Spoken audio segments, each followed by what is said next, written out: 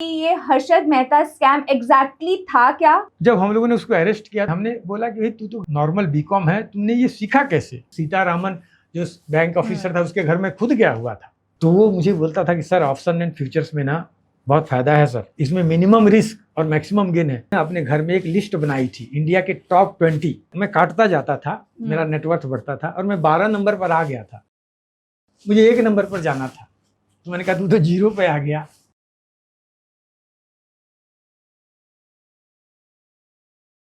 नमस्कार, मैं आकांक्षा सिंह आप सभी का हमारे इस पॉडकास्ट जिसका नाम है CBI chronicles the inside story of crime investigation के पहले एपिसोड में आपका स्वागत करती हूँ। आज हमारे साथ एक ऐसे ईमानदार और निडर पुलिस अफसर हैं जिनका नाम जुड़ा है देश की सबसे बड़ी और चर्चित जांचों से। आइए मिलते हैं श्री सुशील प्रसाद सिंह जी से, जो कि सीबीआई के रिटायर्ड पुलिस अधीक्षक यानी एसपी हैं। सुशील सर की उत्कृष्ट और सराहनीय सेवाओं के लिए भारत सरकार ने इन्हें इंडियन पुलिस मेडल और प्रेसिडेंट्स पुलिस मेडल दोनों से ही नवाजा है।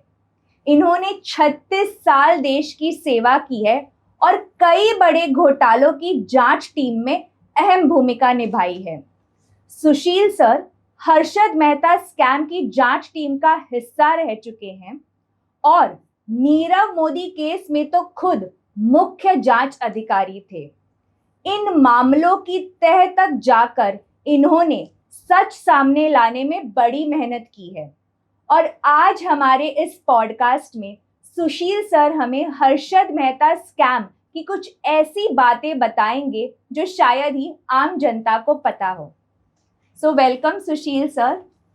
हमें पहले ये बताइए कि ये हर्षद मेहता स्कैम एग्जैक्टली था क्या और इसका खुलासा कैसे हुआ? देखिए, हर्षद मेहता स्कैम या उसको सिक्योरिटीज स्कैम 1992 बोलते हैं या शेयर बाजार घोटाला भी बोलते हैं। बेसिकली ये सिक्योरिटीज स्कैम है। सिक्योरिटीज क्या है? गवर्नमेंट ऑफ इंडिया जो फाइनेंशियल मार्केट से उधार लेती है, क्योंकि सरकार को चलाना है, बजट के लिए पैसे चाहिए, तो उसके लिए बॉन्ड इशू करती है जिसको गवर्नमेंट ऑफ इंडिया बॉन्ड बोलते हैं, उसको ट्रेजरी बॉन्ड्स भी बोलते हैं, उसको सिक्योरिटीज बोलते हैं।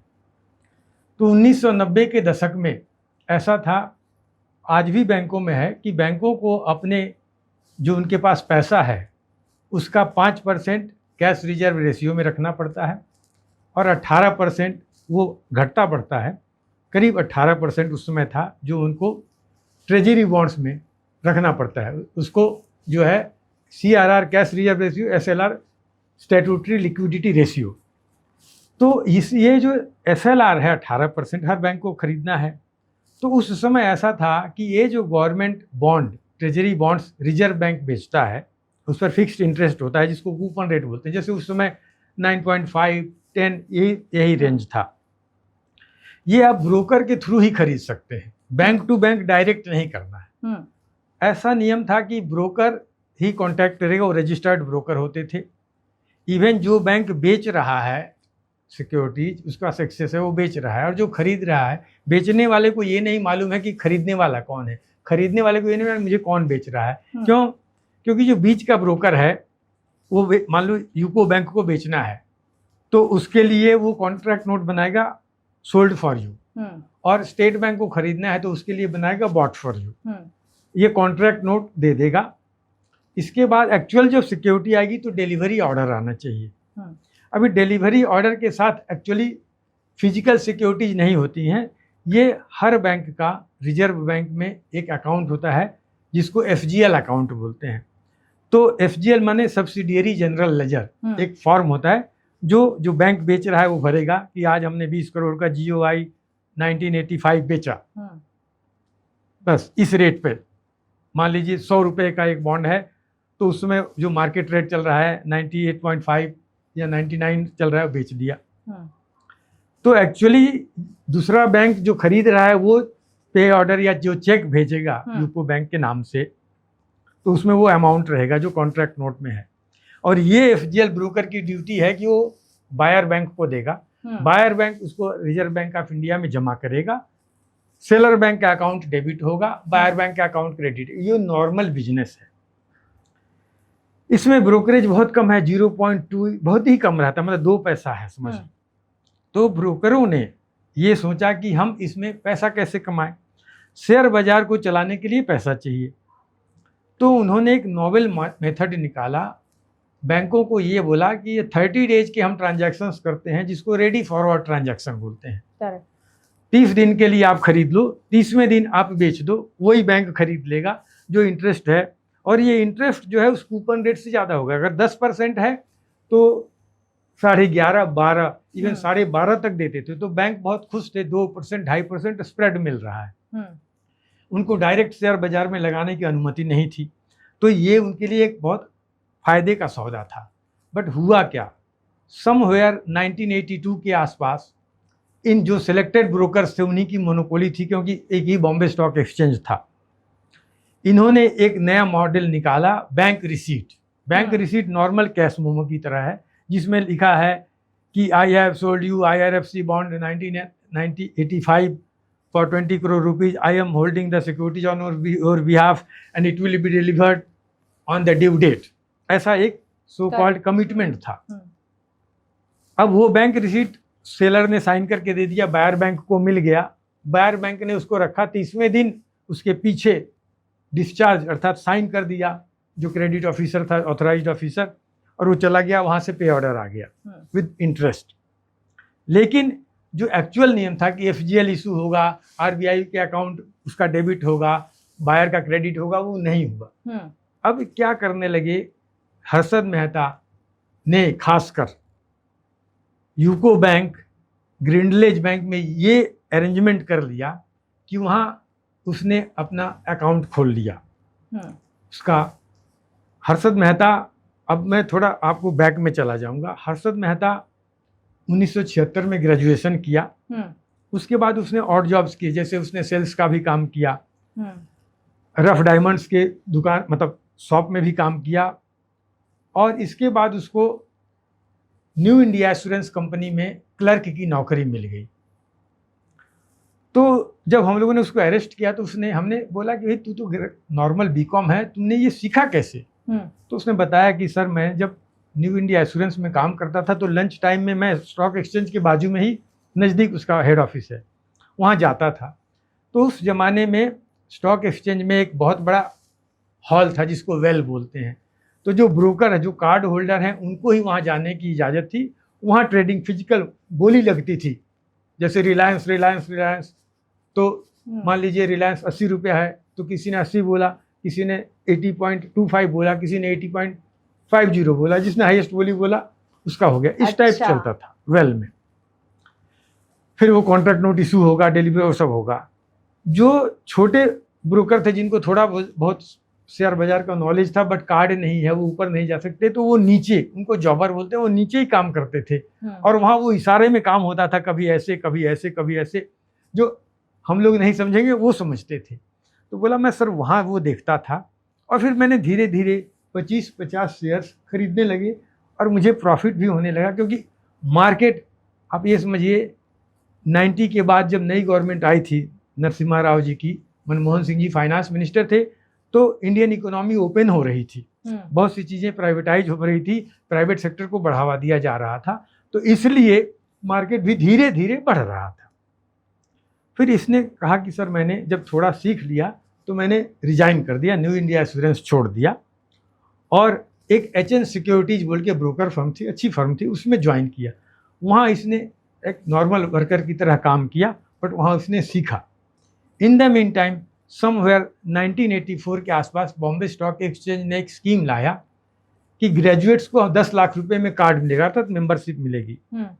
तो इसने ग्रो मोर रिसर्च बोलकर एक फर्म बनाया। इसने बोला कि मैंने 10 लाख रुपए इकट्ठे किए और मैंने वो कार्ड ले लिया। आप समझ लीजिए, जो इसके शेयर बाजार की जर्नी शुरू हुई 84 से शुरू हुई, और ये धीरे धीरे ग्रो मोर के नाम पर जो सौदा होने लगी, इसके अच्छे अच्छे क्लाइंट आ गए। इसने उस समय की जो बड़ी कंपनियां थी, ACC, Apollo tyres, Sterlite industries और वीडियोकॉन, इन शेयरों पर दांव लगाया और इन शेयरों में एकदम से इजाफा होने लगा इनके रेट में।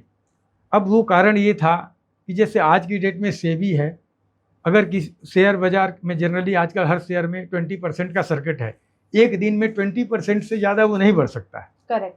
ज़्यादा अगर 2 दिन 3 दिन 20% का लगातार सर्किट लगा तो उसको 15 कर देता है सेबी, अर्थात सेबी का इंस्ट्रक्शन है, स्टॉक एक्सचेंज करता है, फिर वो 10 हो जाता है, फिर वो 5 और 2% भी हो जाता है, 2% से ज़्यादा नहीं बढ़ेगा। तो इसलिए प्राइस मैनिपुलेशन का स्कोप अभी कम है। उस समय था, उस समय सेटलमेंट सिर्फ फ्राइडे होता था, अर्थात 5 दिन का था।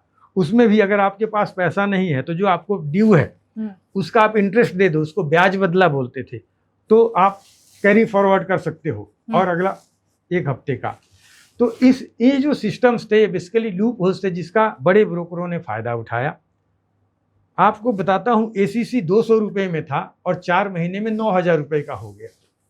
वाह। ये हर्षद मेहता ने मैजडा इंडस्ट्रीज नाम का एक कंपनी आइडेंटिफाई किया जो 20 रुपये से 1,500 रुपया ले गया within 6 months to 8 months। Growmore में उसने एक साथ करीब 2 दर्जन IIM अहमदाबाद के ग्रेजुएट्स रिक्रूट किए और कई जगह ऑफिस खेले बहुत तेजी।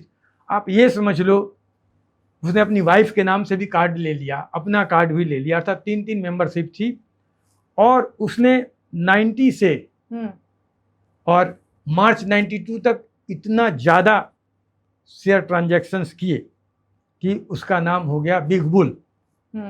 उसके पास बड़ी बड़ी गाड़ियां थी, फ्लैम्बॉयंट लाइफस्टाइल था।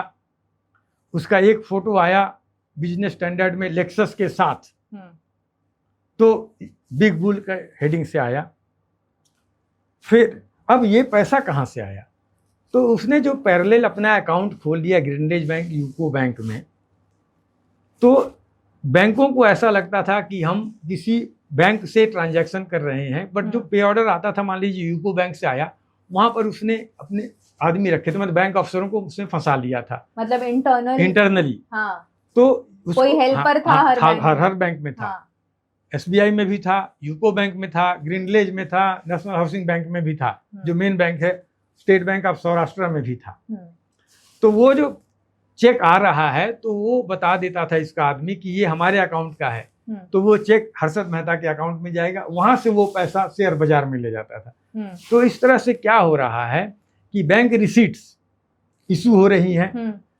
वो बैंक रिसीट कुछ जो बायर बैंक है वो खरीद रहा है, वो जितना भी खरीद रहा है उसके जो अलग अलग पे ऑर्डर्स जा रहे हैं, हर्षद को मालूम था कि ये कौन सा बैंक के लिए है, जो यूको बैंक ने या दूसरे बैंक ऑफ इंडिया ने बेचा है वहाँ जाएगा और बाकी वो उसके खाते में जाएगा।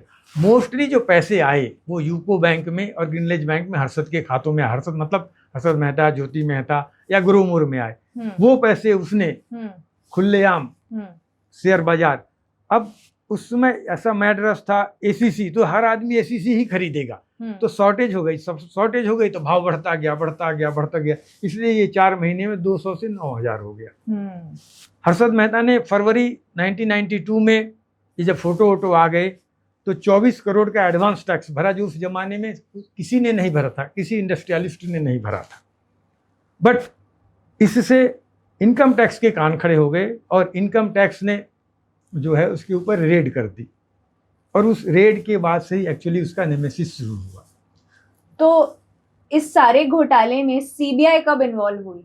अर्थात अब देखिए, जब फरवरी में रेड हुई इनकम टैक्स की, तो एक तरह से उजोड़ था, शेयर बाजार थोड़ा हिला, बट पैसा तो था, तो मार्केट कंट्रोल में आ गया, मार्केट क्रैश नहीं किया। बट समहाउ एक पत्रकार थी जो इस बाजार को ट्रैक कर रही थी। उस मैडम ने 25 अप्रैल 1992 को एक आर्टिकल निकाला टाइम्स ऑफ इंडिया में कि स्टेट बैंक में 574 करोड़ के FGL शॉर्ट हैं, नहीं मिल रहे हैं। FGL आपको मैंने बताया था कि वो इंस्ट्रूमेंट है जो रिजर्व बैंक में जमा होगा, सेलर का अकाउंट डेबिट होगा, बायर का अकाउंट क्रेडिट है। तो 574 करोड़ के FGL नहीं थे। तो पैसा बैंक ने दिया हुआ था, बस उसके पास सिक्योरिटी नहीं थी, एक्चुअली उसके पास BR पड़ी हुई थी। ये जो न्यूज आया तो मार्केट हिल गया, और उस दिन से जो है मार्केट डाउन होना शुरू हुआ, बैंक सतर्क हुए, ट्रांजैक्शंस कम हो गई। हर्षद और जो दूसरे ब्रोकर्स थे और भी कई ब्रोकर्स थे, उनको फंड स्क्वीज हो गया। जब फंड नहीं है तो मार्केट क्रैश करने लगा। खरीदने वाला नहीं है, सिर्फ सेलर्स हैं। करेक्ट। कोई 20% का सर्किट नहीं है। तो वो 9,000 का माल एक ही दिन में 8,000 हो सकता है, दूसरे दिन 7,000 हो जाएगा, इस टाइप का हो गया। तो इसलिए by first week of May market पूरा क्रैश कर गया।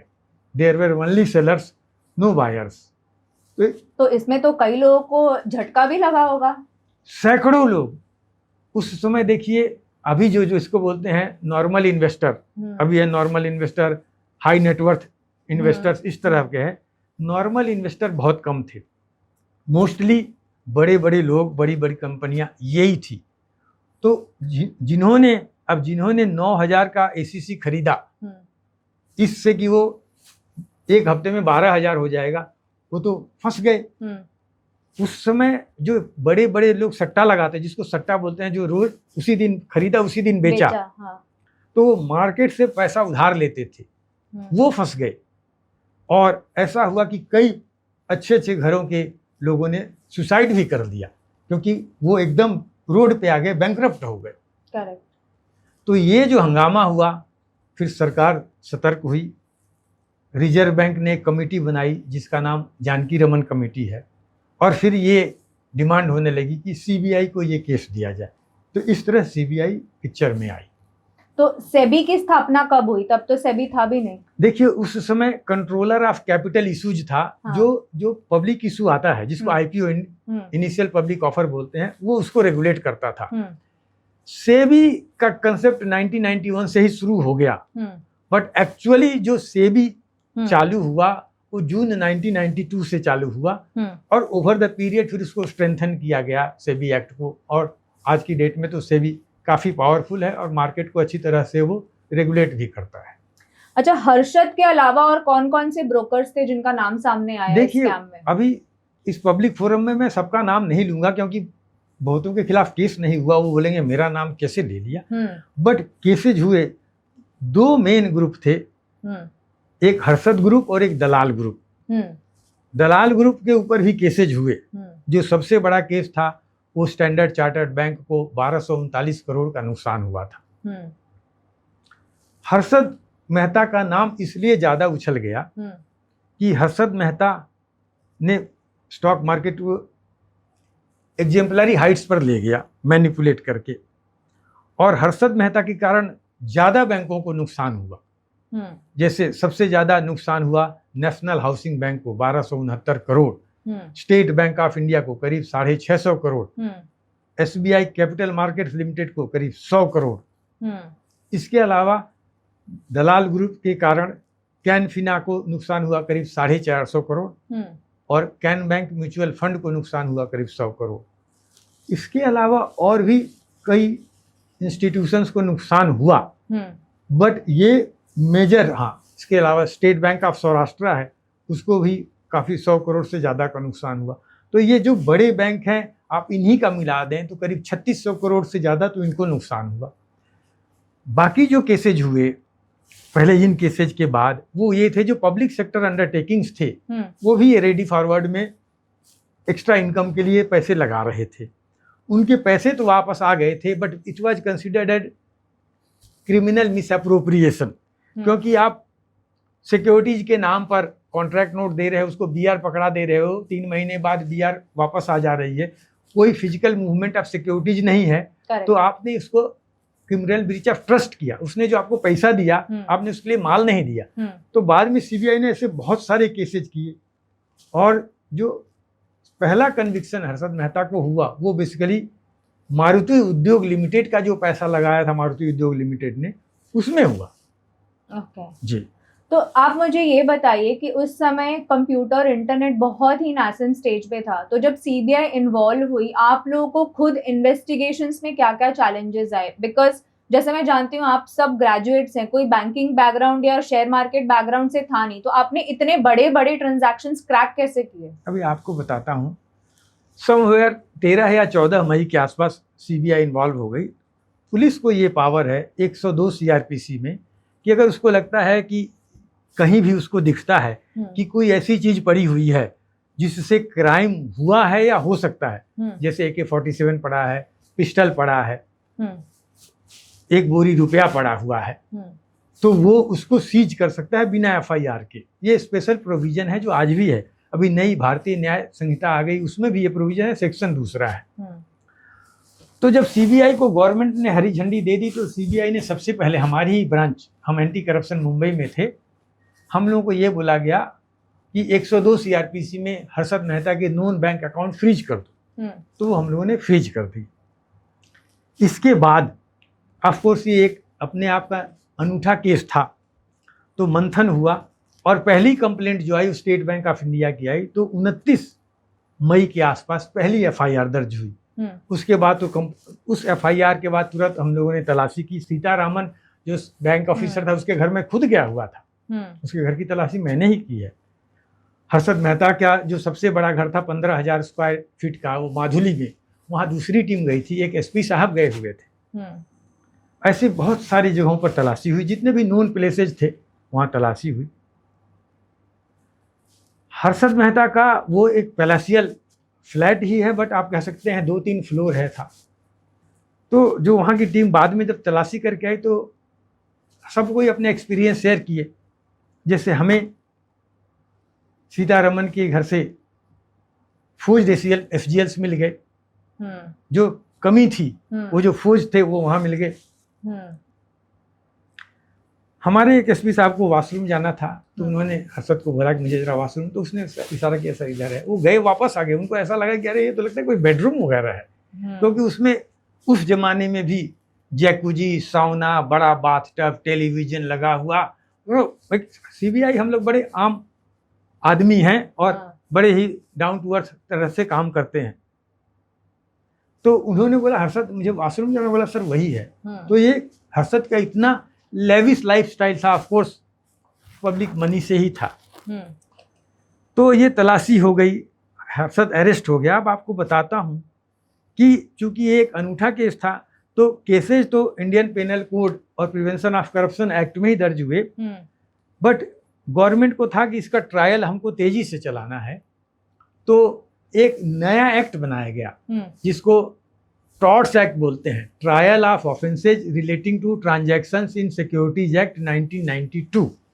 ये एक्ट सरकार ने पास किया, ये एक्ट बन गया, इमीडिएट इफेक्ट से जून में लागू भी हो गया। इसमें जनरली जो नॉर्मल केसेज होते हैं क्रिमिनल, उसमें ये लिखा हुआ है इंडियन पेनल कोड में कि इसका ट्रायल कौन करेगा। छोटे केसेज में जिसमें कम सजा है मैजिस्ट्रेट साहब करते हैं, बड़े केसेज में क्रिमिनल ब्रीच ऑफ ट्रस्ट है, चीटिंग है, मर्डर है, बॉडी ऑफेंसेज हैं, तो सेशंस जज करते हैं। तो मैजिस्ट्रेट करेगा, वो सजा देगा, उसकी अपील सेशंस में होगी, सेशंस करेगा, उसकी अपील हाई कोर्ट में। इस एक्ट में गवर्नमेंट ने ये किया कि हाई कोर्ट का सिटिंग जज ट्रायल जज रहेगा, अर्थात ट्रायल सीधे हाई कोर्ट में चलेगा और उसकी अपील सीधे सुप्रीम कोर्ट में होगी। तो इसलिए एक मिस्टर जस्टिस वैसन वरियावा थे, बहुत ही बड़े जज, उनको बनाया गया। उनकी रेपुटेशन इतनी अच्छी थी, पहले हमारे जज वही बने टॉर्ट्स एक्ट में।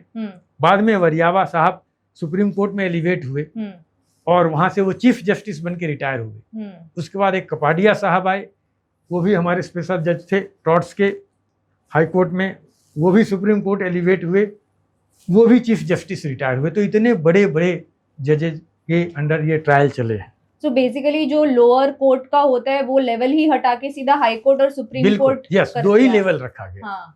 तो ये है इसका मतलब जो स्पेशल फीचर्स हैं। हाँ। दूसरा, सीतारमन एक बहुत ही इंटरेस्टिंग कैरेक्टर है, क्योंकि जो वेब सीरीज भी बनी थी उसमें दिखाया गया था कि वो बहुत लॉयल थे हर्षद के तरफ।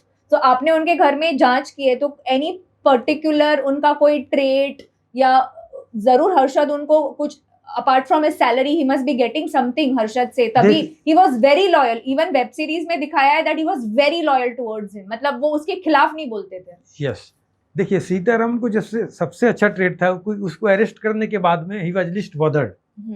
तो हर्षद मेहता को हम लोगों ने 3 केसेज में अरेस्ट किया था, टोटल 1 पर 1, और 110 दिन कस्टडी में रखा था।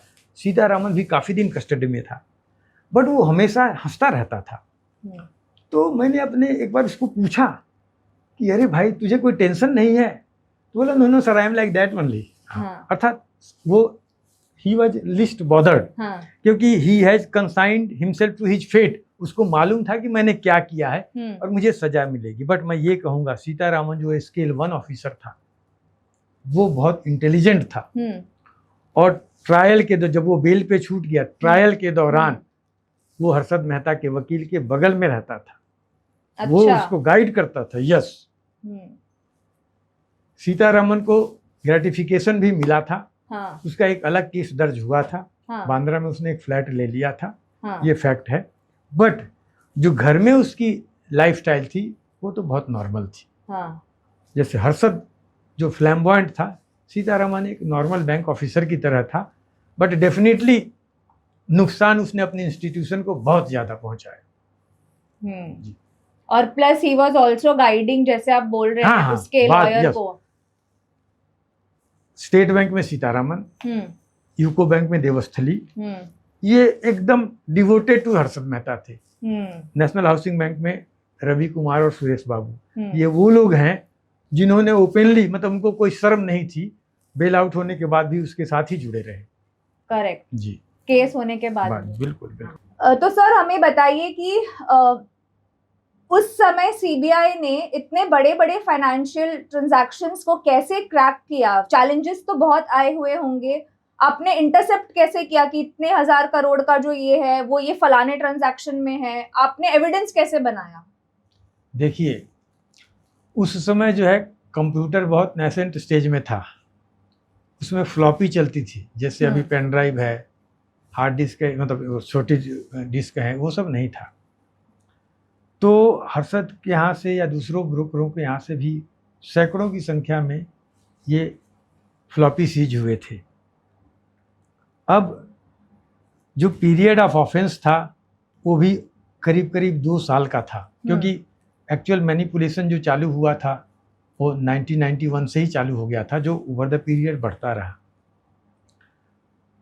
जो बैंक तो हम लोगों ने तलाशी के बाद जो कागजात मिले और बैंकों से जो मिले, तो बैंक तो आइडेंटिफाई हो गए। जो मेन बैंक थे, स्टेट बैंक ऑफ इंडिया, चाहे वो लूजर थे जिनको लॉस हुआ था, या जो इसमें रूटिंग में इन्वॉल्व थे, State Bank of India, UCO Bank, ANZ Grindlays Bank, Standard Chartered Bank जो बहुत बड़ा विक्टिम था, इसके अलावा सिटी बैंक। इसमें 2 ऐसे बैंक थे जो अनयूजुअल थे। एक था बैंक ऑफ कराड़ जो शेड्यूल्ड कॉमर्शियल बैंक था, जिसको हम लोग प्राइवेट बैंक बोलते हैं, और एक था जो है मेट्रोपॉलिटन कोऑपरेटिव बैंक लिमिटेड। ये जो मेट्रोपॉलिटन कोऑपरेटिव बैंक लिमिटेड, ये कलबा देवी में था।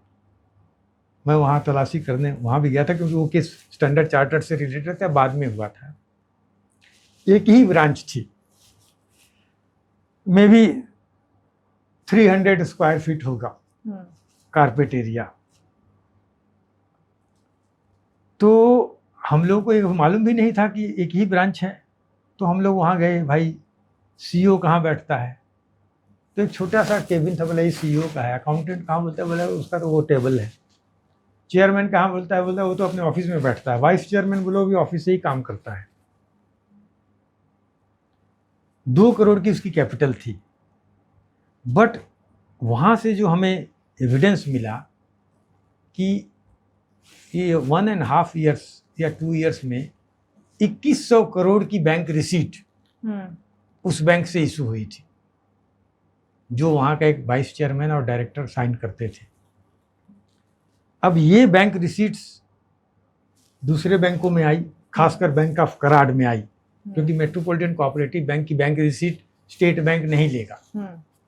तो इन लोगों ने क्या किया कि वहाँ से बैंक ऑफ कराड़ से वो दूसरे बैंकों में जाएगा, जैसे सिटी बैंक में गया, ग्रीनलेज बैंक में, वहाँ से बैंक रिसीट नई इशू हुई जो सरकारी बैंकों, पब्लिक सेक्टर बैंक में जाता था। तो पब्लिक सेक्टर बैंक को ऐसा लगता था कि भाई मेरे पास तो एक अच्छे बैंक की बैंक रिसीट है। तो ये चीज़ें तो तलाशी के डॉक्यूमेंट से मिले। अब contract note, delivery order, credit voucher, debit voucher, cheques, ये सब सीज होते गए। उसमें प्रिंटर भी डॉट मैट्रिक्स होता था। तो केस का ये है कि जब आप तलाशी करते हैं तो जो चीज़ें सीज करते हैं उसके आप सर्च लिस्ट या सीजर मेमो बनाते हैं। हाँ, लेकिन आप लोगों को कैसे पता कि चेक ऐसे दिखता है, नहीं, वाउचर ऐसा ऐसे नहीं। दिखता देखिए, है? बैंक के केस हम लोगों ने नहीं किए थे, ऐसा नहीं है। हाँ, बैंकों के केस तो किए थे। जैसे उस समय भी मैं यूको बैंक का ही 65 लाख का बिल डिस्काउंटिंग केस कर चुका था। So as a CBI officer मैंने अपनी नौकरी की जो पहली बैंक फ्रॉड केस 5,000 रुपए का किया है, इलाहाबाद बैंक रोहतक 1986 में। वी न्यू, तभी इस टीम में हम लोगों को लाया गया था। बट शेयर बाजार में जो चीजें होती हैं वो हमारे लिए नया था। करेक्ट। जैसे कॉन्ट्रैक्ट नोट, डिलीवरी ऑर्डर, ये बैंक रिसीट, एफजीएल। तो जब हम सर्च में भी गए थे तो हमें इसके प्रोटोटाइप या जिसको ब्लैंक ड्राफ्ट दिए गए थे कि देखो ये चीजें हैं, ऐसा दिखता है, ऐसा दिखता है, ये ले आना। हाँ। तो हम लोगों ने लाया। उस समय गवर्नमेंट के ऑर्डर से जो बैंक थे उन्होंने हमें लॉजिस्टिक सपोर्ट प्रोवाइड किया था। उसमें डाटा एंट्री ऑपरेटर बोलते थे, जो क्लरिकल लेवल में होते थे, जो एंट्री करेंगे। उनको कंप्यूटर दिए गए थे, वो एंट्री करेंगे वाउचर्स को। हम प्रोफार्मा देते थे कि ऐसे डेबिट वाउचर, ऐसे क्रेडिट वाउचर डालो। एक दिन मैं जब जहाँ उनको टाइम दिया गया था जगह, वहाँ मैं गया तो वो जो लेडीज थी वो बैठी हुई थी। आई थिंक तब 2 बज रहे होंगे। तो मैंने बोला कि आप लोग बैठे हो, आप हजारों के हिसाब से वाउचर हैं, फीड करते जाओ। बोले नहीं, हमारा काम हो गया। मैं क्यों? बोले हम तो बैंक में 200 वाउचर ही फीड करते हैं। हाँ। हम 200 से ज़्यादा नहीं फीड करेंगे एक दिन में। हाँ। फिर हमने टेकअप किया बैंक से कि भाई ये अनयूजुअल सिचुएशन है। हाँ। इतने लोग कस्टडी में, हम लोग 9 10 बजे रात तक काम कर रहे हैं और ये तो 200 वाउचर फीड करके बैठ जाते हैं। तो ये इस तरह के भी चैलेंजेज आए जो ऑफकोर्स सॉर्ट आउट हुए। फिर हम लोगों ने अपने ही उसमें सिपाही, करीब 20 सिपाही बैंकिंग सेल में नए रिक्रूट किए गए जो पढ़े लिखे थे, कंप्यूटर भी आता था। तो हम लोगों ने अपने सिपाहियों को भी इन कामों में लगाया कि ये डाटा फीड करो। फिर जब कस्टडी में थे तो इवन सीतारामन और हर्षद मेहता को हम लोगों ने बोला कि भाई तुम बताओ, तुम्हारे ऊपर ही सारा आरोप है, तो तुम बताओ कि तुमने क्या सही ट्रांजैक्शंस की या ये आरोप सही है। तुम अपने आप को बताओ ना कि तुम अगर इनोसेंट हो तो कैसे ये ट्रांजैक्शंस जेन्युइन है। Of course they wanted to justify, लेकिन जस्टिफाई करने का कोई स्कोप नहीं था। बट उनके इंट्रोगेशन या उनके इंटरेक्शन से हमें पता चला कि ये इस तरह से 2 अकाउंट, पैरेलल अकाउंट चलता था। हर्षद मेहता का चेक यूको बैंक से नाम आएगा या ग्रीनलेज बैंक से नाम से आएगा, उसके अकाउंट में जाएगा। ये अकाउंट फिर घूम करके इस तरह से ब्रोकरों को, दूसरे ब्रोकरों में जा रहा है। माल खरीदा था, स्टॉक्स खरीदे जा रहे हैं, शेयर। तो हर्षद ने भी आपको खुद इन्वेस्टिगेशन में हेल्प किया ही होगा, समझने के लिए कि ये फ्रॉड है। देखिए, भले उसने इतना बड़ा घोटाला किया, बट एक चीज बताऊंगा, एक बीकॉम पास आदमी जो इतने शॉर्ट टाइम में मार्केट को ले गया, जिसमें बड़े बड़े पुराने ब्रोकर जो एक्चुअली बुल और बियर तो दूसरे थे, ये एक नया बुल आ गया, तो उसके अंदर कुछ क्वालिटीज थी। बट वो बहुत ही ज़्यादा एम्बिशियस था, बहुत ज़्यादा एम्बिशियस था। फ्लैम्बॉयंट लाइफस्टाइल उसको था, क्योंकि वो साधारण परिवार से था, पैसा मिल गया तो वो दिखाता था। मैंने उसको तो ये बोला था कि तूने जो वो लेक्सस पर फोटो डाला, तेरा वही नेमेसिस है। हाँ। तो उसके बाद और 24 करोड़ का जो तूने एडवांस टैक्स भरा, तुम नजर में आ गए। तुम नजर में आ गए, तो हंसता था। ठीक है ना? तो आपका जो कहना है, तो ये एक बहुत टीम एफर्ट था। दिल्ली में फॉरेंसिक साइंस की लेबोरेटरी के लोग लगे हुए थे। फॉरेंसिक साइंस की एक टीम आके बॉम्बे में बैठी हुई थी, यही क्योंकि यही एग्जामिन करना है, स्पेसिमेंस लेने हैं अक्यूज पर्सन्स के। एक साथ करीब 15 आदमी अरेस्टेड थे। क्योंकि इसमें जितने बैंक के लोग इन्वॉल्व थे वो सारे भी अरेस्ट हो रहे। बैंक के लोग इन्वॉल्व हुए थे। हर्षद, उसके 2 भाई, उसका एक चचेरा भाई, और भी दलाल ग्रुप के कई ब्रोकर्स, बहुत लोग अरेस्टेड थे। तो इसलिए ये आप समझ रहे, उस समय तो ये डे नाइट काम चलता था। और बैंकों से हम लोगों ने, जैसे ट्रेजरी डिपार्टमेंट, वो स्पेशलाइज्ड डिपार्टमेंट है, क्रेडिट डिपार्टमेंट, यहाँ से ऑफिसर्स आए, उन्होंने भी हमारी मदद की। हम ये नहीं कह सकते कि सब कुछ हमने जादू मंत्र से किया। We took help, it was a like a combined effort of CBI officers, bank officers, forensic experts, जिसके कारण हालांकि 90 दिन में हम चार्जशीट नहीं कर पाए, जिसके कारण उनको बेल हो गई, क्योंकि संभव ही नहीं था इतनी ट्रांजैक्शंस को 90 दिन में चार्जशीट करना। करेक्ट। तो चार्जशीट तो आप समझ लीजिए 2 साल 2.5 साल बाद हुए, कम से कम 2 साल तो लगा ही है कि बड़े बड़े केसेज में चार्जशीट हुए। लेकिन एविडेंस सीबीआई का देखिए, क्यों सीबीआई लोग करते हैं। सीबीआई कोई जादू मंत्र नहीं करता है।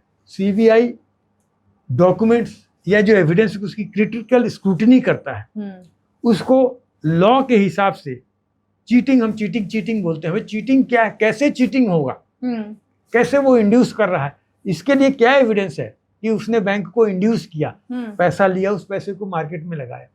तो ये जो लॉ की रिक्वायरमेंट है आपको, वो आज के जमाने में बोलते हैं सर वो डाइवर्ट कर दिया। बट डाइवर्ट वर्ड ही नहीं है लॉ में, ना आईपीसी में है ना सीआरपीसी में है। फंड्स डाइवर्ट कर दिया हाँ, वो और एक वर्ड है साइफन ऑफ कर दिया।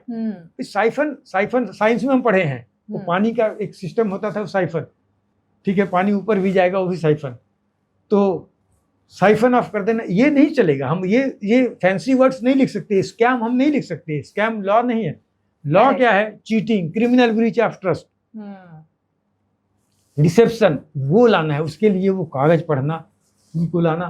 तो इस तरह से एक टीम एफर्ट करके, बहुत मेहनत करके एविडेंस लाया गया, जिसके लिए खुशी है कि देखिए सजा तो हुई। हर्षद मेहता अनफॉर्चुनेटली 2001 में मर गया। उस समय हम लोगों ने उसको एक दूसरे केस में अरेस्ट किया था, वो मर गया। बट उससे पहले 4 केसेज में उसको सजा हो गई थी। और भारतीय कानून में अगर कोई मर जाता है तो उसके बाद उसके सारे केसेज ड्रॉप हो जाते हैं, एबेट बोलते हैं उसको, खत्म, उसके खिलाफ खत्म हो जाते, बाकियों के खिलाफ चलते रहेंगे। जी ऐसा। तो हर्षद आपके कस्टडी में कितने दिन था? 1992 में 110 दिन।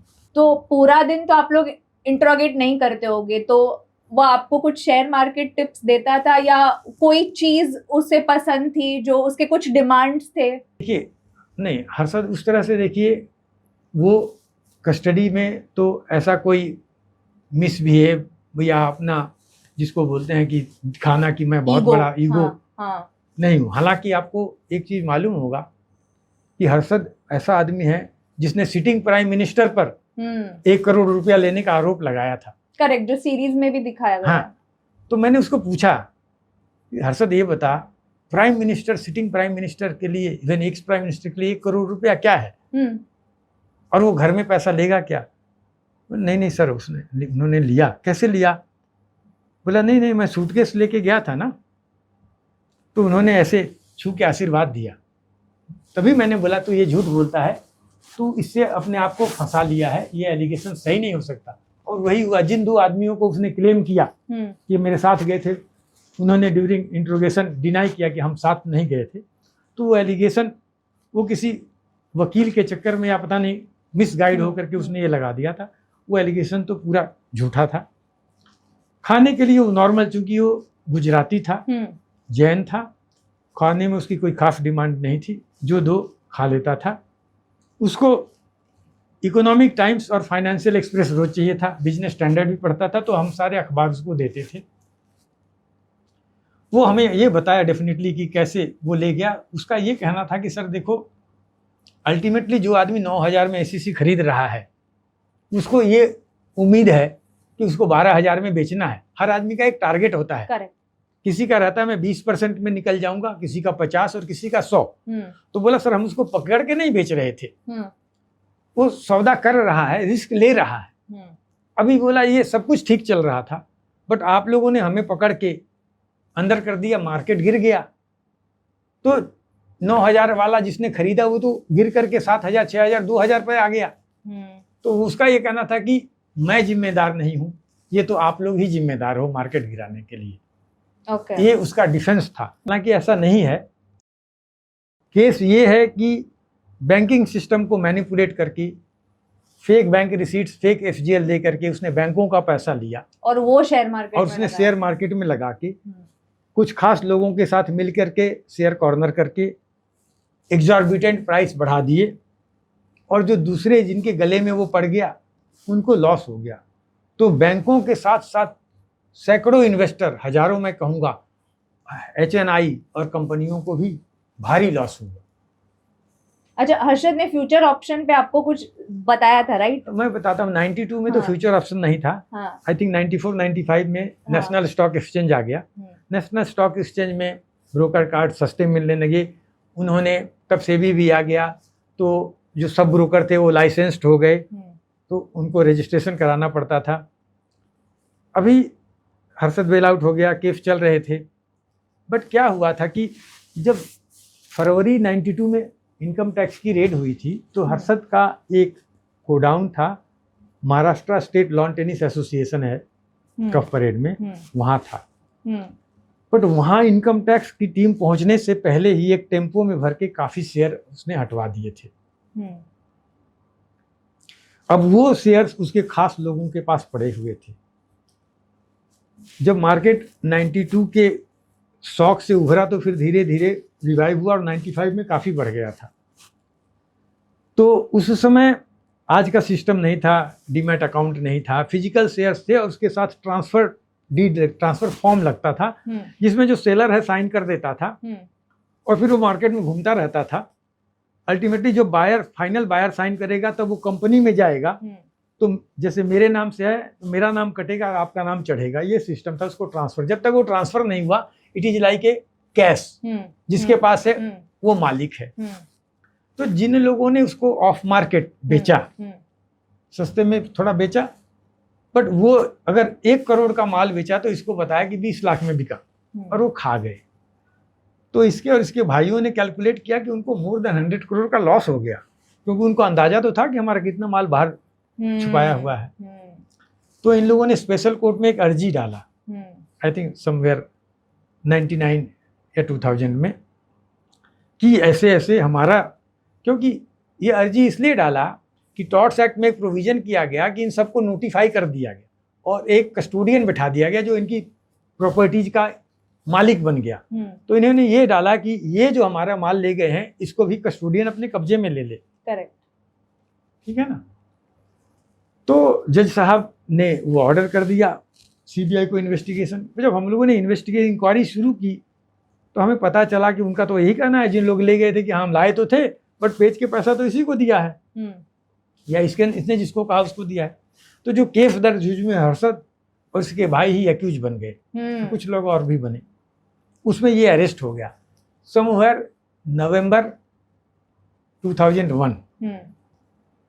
तो उस समय तक, मतलब 95 के बाद ही एक रूल आ गया था कि पुलिस कस्टडी सिर्फ 14 दिन की ही बनेगी। जो सीआरपीसी में प्रोविजन था उसको सुप्रीम कोर्ट ने अपहेल्ड किया था। अदरवाइज दूसरे केसेज में तो हम लोग 60 डेज तक कस्टडी, इवन 92 के स्कैम में कुछ लोगों को हमने 56 दिन पुलिस कस्टडी में रखा हुआ है। हर्षद मेहता तो 3 केसेज में था, इसलिए 110 दिन था। तो 14 दिन पुलिस कस्टडी में आ गया तो हर्षद मेरे पास ऐसे साइड में बैठा रहता था। अभी सारा दिन तो इंट्रोगेशन क्या होगा। करेक्ट। तो वो वही, उसको अखबार चाहिए थे, अखबार मिलते थे, और उस समय ऑप्शंस एंड फ्यूचर आ चुके थे, समवेयर 97 98 में इंट्रोड्यूस हो गया था। तो वो मुझे बोलता था कि सर ऑप्शन एंड फ्यूचर्स में ना बहुत फ़ायदा है सर, इसमें मिनिमम रिस्क और मैक्सिमम गेन है। तो वो मुझे ऑप्शन एंड फ्यूचर सिखाता था। इंटेलिजेंट तो था मार्केट में उसको, तो मतलब आप देखो उसके ऊपर करीब 27 केस दर्ज हुए थे जब वो जिंदा था। इतने केसेज के बावजूद वो मार्केट में लगा रहता था। ये उसका एक स्पेशल खूबी थी। दूसरा, मैंने उसको पूछा तो इतना ओवर एम्बिशियस क्यों बन गया। तो बोला सर मैंने ना अपने घर में एक लिस्ट बनाई थी इंडिया के टॉप 20, और मैं काटता जाता था, मेरा नेटवर्थ बढ़ता था, और मैं 12 नंबर पर आ गया था। मुझे 1 नंबर पर जाना था। तो मैंने कहा तू तो 0 पे आ गया। तो हंसा वो। ऐसा है। तो बेसिकली ये उसका एम्बिशन था कि नंबर 1 बनना था। जी जी। एक और आपने ऑफ द रिकॉर्ड एक ब्रोकर का बताया जो आपको बोल रहा था कि सर आप मुझे एक्स अमाउंट दे दीजिए, मैं इसको वाई करके रिटर्न करूंगा। सब तो नहीं था, बट कई लोग कस्टडी में थे, तो जब बेल पर छूट गए तो उनको हाजिरी लगाने आती पड़ती थी। हाजिरी लगाए उन्हें हमको फर्दर इंट्रोगेट करना है। तो एक ब्रोकर एक दिन बोलता है कि सर मैं आपको एक बात कहूँ। मैंने कहा बोलो। तब हमारी तनख्वाह भी 5-6 हज़ार ही रही होगी, और कितनी रहेगी 92-93 में। बोला सर आप मुझे 5,000 दे दो, मैं 1 साल में उसको 1 लाख कर दूंगा। तो मैं थोड़ा नाराज हुआ, मैंने कहा अरे बेवकूफ, तू भी जेल चला जाएगा और मैं भी जेल चला जाऊंगा। तू ऐसा कर, तू जब यहाँ आता है तो मुझे शेयर बाजार के बारे में ज्ञान दे। अगर मैंने उस ज्ञान से 5,000 को 15,000 कर लिया, आई एम हैप्पी, 300 टाइम्स बढ़ गया। तो ऐसा मैंने कभी उससे टिप्स नहीं लिया। हाँ। क्योंकि धीरे धीरे तो हम शेयर बाजार, बैंकिंग और फाइनेंशियल थोड़ा बहुत जान ही गए, क्योंकि मैं 10 साल 92 से 2002 लगातार 10 साल बैंकिंग सेल में रहा और बैंक फ्रॉड के केसेज ही किए। सो हर्षद की जो डेथ थी, it was a natural death, it was just stress over a period of time? देखिए, हर्षद 47 साल की उम्र में गुजर गया। शुरू से थोड़ा बल्कि वो था ही, बट वो नॉर्मल था। बट ये जो 2001 का केस हुआ, उससे वो थोड़ा स्ट्रेस में इसलिए आ गया क्योंकि मैंने उसको बताया कि तुम लोगों की गलती, तुमने उन्हें उड़ता सांप गले में क्यों ले लिया? अगर लोग खा गए थे, तुमको कुछ तो पैसा दिया था। तो अब मुझे ऐसा लगता है कि वो स्ट्रेस था कि इस केस में फिर मैं नया तरीके से फंस गया, मेरा पैसा भी डूब गया। बट 14 दिन हमारे साथ वो बहुत अच्छा था, उसको कभी कोई कंप्लेंट नहीं थी। बाकी आपको मालूम है कि आज की डेट में 26 साल और 33 साल के लोग भी दिल के दौरे से गुजर जाते हैं। करेक्ट। तो ऐसा कोई नहीं आया रिपोर्ट की कोई मतलब गलत कि ये जेल हुआ में है, कुछ प्रॉब्लम ऐसा कुछ हुआ नहीं है। हाँ। जेल में डेफिनेटली जेल के रूल्स बहुत सख्त होते हैं। जेल का टाइमिंग होता है, उस टाइमिंग अगर हम उस टाइमिंग के अलावा अगर हम जाएं तो हमें भी कस्टडी या इंट्रोगेशन के लिए जेल नहीं देता है, चाहे वो सीबीआई हो चाहे उसका अपना पुलिस वाला भी हो। वेरी स्ट्रिक्ट उनका जेल मैनुअल होता है, उसके हिसाब से करते हैं। वहाँ डॉक्टर भी रहता है, डेफिनेटली उसको जो भी सुविधाएं हो मिली होंगी, बट अनफॉर्चुनेट उसका डेथ हो गया। तो ये जो 4 केस थे जिसमें कन्विक्शन हुआ, वो कौन से थे? देखिए, पहला कन्विक्शन तो एक मारुति उद्योग लिमिटेड का केस था, जो लोग समझेंगे प्राइवेट, उसमें वो गवर्नमेंट सेक्टर कंपनी थी। तो जैसे मैंने आपको बताया कि जो मेन केसेज के अलावा जो पब्लिक सेक्टर अंडरटेकिंग्स थे, उन्होंने रेडी फॉरवर्ड में 10 करोड़, 20 करोड़, 5 करोड़, जनरली 20 करोड़ के आसपास वो लोग लगाते थे, उसमें उनको 2% ज़्यादा मिलता था। तो ऐसे ही मारुति ने इन्वेस्ट किया था, जो रिटर्न तो हो गया था, but because it was temporary misappropriation, कि आपने बीआर पकड़ा के पैसा ले लिया, उस पैसे को मार्केट में लगाया। तो उसमें मारुति का भी ऑफिसर था, हर्षद मेहता थे, कुछ और देवस्थली था। तो इनको, क्योंकि एक तरह से वो छोटा केस था, तो पहली सजा उसी में हुई थी। तो बाकी के जो अक्यूज हैं, क्या आज भी उन पे चल रहा है नहीं, केस? देखिए, स्कैम के, चाहे वो हर्षद ग्रुप हो, दलाल ग्रुप हो, स्कैम का सिर्फ अब एक ही केस पेंडिंग है। बाकी लिटिगेशंस तो बहुत है, स्पेशल कोर्ट अभी भी है, कस्टोडियन भी है, क्योंकि जो प्रॉपर्टी सीज हुई हैं तो वो लिटिगेशंस चल रहे हैं। बट ट्रायल में मेरी जानकारी के हिसाब से अब एक ही केस है जो दलाल ग्रुप का है। अच्छा। हाँ, मतलब उसमें कुछ दूसरे ब्रोकर्स हैं, सारे दलाल्स नहीं हैं, बस कुछ दूसरे ब्रोकर्स हैं, हर्षद नहीं है। और ये जितने बैंक एम्प्लॉयज इन्वॉल्व थे, उन सबको भी सजा हो गई? बैंक एम्प्लॉयज को, अधिकांश को सजा हुई। नियम ये रहता है कि सरकारी आदमी हो, बैंक एम्प्लॉय, अगर सजा हो गई तो उसको टर्मिनेट कर देते हैं। अच्छा। तो हाँ, वो सब तो हो गई। इवन डिपार्टमेंटल प्रोसीडिंग पहले ही हो जाती है, वो सब तो हुआ। तो सर, हमें बताइए कि आज जो हम 21st सेंचुरी में है, क्या आज हमारा बैंकिंग और ये शेयर मार्केट का सिस्टम इतना रोबस्ट बन चुका है कि आज भी लूपहोल्स हैं? 100% तो कोई भी सिस्टम रोबस्ट नहीं बनता, जो क्रिमिनल है वो लूपहोल तो निकाल ही लेता है। तो आपका क्या मानना है? देखिए,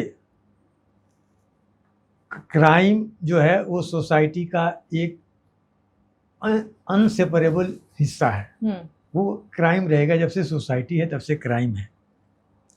कोई भी सिस्टम 100% फुल प्रूफ नहीं हो सकता।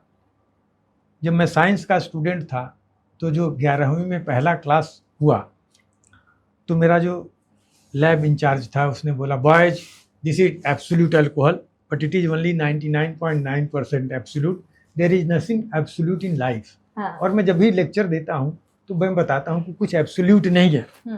तो उसी तरह से आज डेफिनेटली सेबी एक नए फॉर्म में है। सेबी एक्ट काफ़ी मजबूत है। सेबी को सर्च और अरेस्ट की पावर्स हैं, प्रोसिक्यूशन कर सकता है, फाइन, एग्जेम्पलरी फाइन करता है।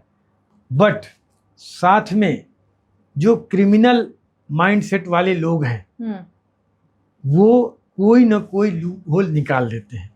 प्लस अपना जो लॉ है वो ये है let 100 accused be acquitted but not a single innocent should be convicted।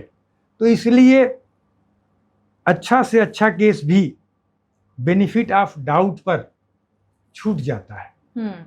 लोगों को लगता है कि पुलिस ने या सीबीआई ने सही इन्वेस्टिगेशन नहीं किया। अभी अभी मैंने पढ़ा है एक आदमी को जिसको फांसी की सजा हुई थी उसको सुप्रीम कोर्ट ने एक्विट कर दिया। अच्छा। अभी तो इसलिए फिर भी जो आपका प्रश्न है कि आज डेफिनेटली जो सिस्टम है वो इवन स्टॉक एक्सचेंज का और सेबी का वो काफ़ी अच्छा है। इस तरह का घोटाला नहीं होगा, लेकिन नया घोटाला नहीं होगा ऐसा नहीं कह सकते। अभी जो शेयर बाजार में बदमाशी चलती है वो आपने देखा होगा, एमएसएमई के जो आईपीओ आए उस एस्ट्रोनॉमिकल रेट में वो बढ़ गए। बाद में सेबी ने इंटरवीन किया है, अभी एक दिन में आई थिंक 90 रुपीज़ से ज़्यादा नहीं बढ़ सकते, कुछ ऐसा है, बट वो बढ़े। और आप अगर देखेंगे एक साल पहले जो वो लिस्ट हुए थे 200 रुपये 250 रुपये में, आज 15 रुपये 20 रुपये में चल रहे हैं। तो ये भी घोटाला है, इस पर सीबीआई केस नहीं हुई है, सेबी शायद जांच करती होगी, तो सिस्टम तो रहेगा। बट जो बैंकिंग सिस्टम है उसमें भी आरबीआई ने बहुत चेंजेस लाए। अभी बैंक जो है सतर्क रहता है, तो डेफिनेटली आज के डेट में चांसेस कम है। बट मैंने अपनी लाइफ में ये देखा है कि हिंदुस्तान में घोटाले की एक साइकिल होती है। जैसे हमने 92 में किया हर्षद मेहता या ये सिक्योरिटी स्कैम, 97 में सीआरबी स्कैम, 2001 में केतन पारेख स्कैम, 2008 में तो पूरा वर्ल्ड का ही फाइनेंशियल सिस्टम डूबा, 2018 में हमने नीरव मोदी स्कैम किया। तो हालांकि 2008 से 18 10 साल लग गए, उसके बीच कोई बड़ा घोटाला अपने यहाँ फाइनेंशियल नहीं हुआ। अभी 18 से हम लोग 25 में आ रहे हैं। I do not want to predict, but कुछ भी हो सकता है।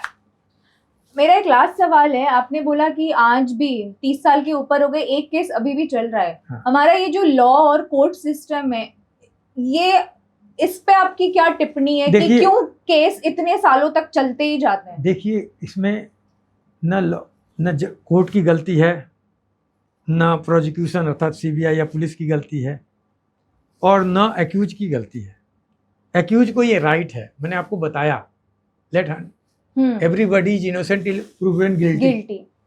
तो उसको ये राइट है कि वो अपील करे। तो जो पैसे वाले एक्यूज होते हैं उस चीज़ का फ़ायदा उठा करके एप्लीकेशन पर एप्लीकेशन डाल देते हैं। जैसे ये केस है जो पड़ा हुआ है 30 साल से, इसमें स्टे लग गई, सालों साल स्टे लगी रही। उसके बाद स्टे वैकेट हुआ, सुप्रीम कोर्ट में गया, वहाँ भी रुक गया है, डेट्स नहीं पड़ती हैं। तो इसी कारण से आपको बताऊं, जो 1239 करोड़ का मैंने स्टैंडर्ड चार्टर्ड का केस किया, उसमें जो सजा हुई है वो 2021 में हुई है। 16 आदमियों को हमने उसमें चालान किया था, 4 की डेथ हो गई, 6 एक्विट हो गए और 6 को सजा हुई। तो आप समझ सकते हैं कि 1239 करोड़ उस समय का, आज का तो मुझे लगता है कम से कम 15-20 हज़ार करोड़ होगा या उससे ज़्यादा होगा, बट इतने साल लग गए। तो ये तो सिस्टम क्या है कि उसको मिसयूज किया जाता है, लूप होल्स को फ़ायदा लेकर के, स्टे लेकर के, और इसलिए ये डिले हो जाते हैं केस। तो दोस्तों, ये था हमारा आज का एपिसोड हर्षद मेहता स्कैम पर, सीधा सुशील सर की ज़ुबानी। अगर आपको हमारा आज का ये पॉडकास्ट अच्छा लगा तो प्लीज़ हमें लाइक, शेयर और सब्सक्राइब ज़रूर करिए। और अगर आपका कोई भी पॉजिटिव फीडबैक है या क्रिटिसिज्म है, हमें कमेंट सेक्शन पर ज़रूर बताइए, ताकि हम हमारे अगले एपिसोड को और भी बेहतर बना सकें।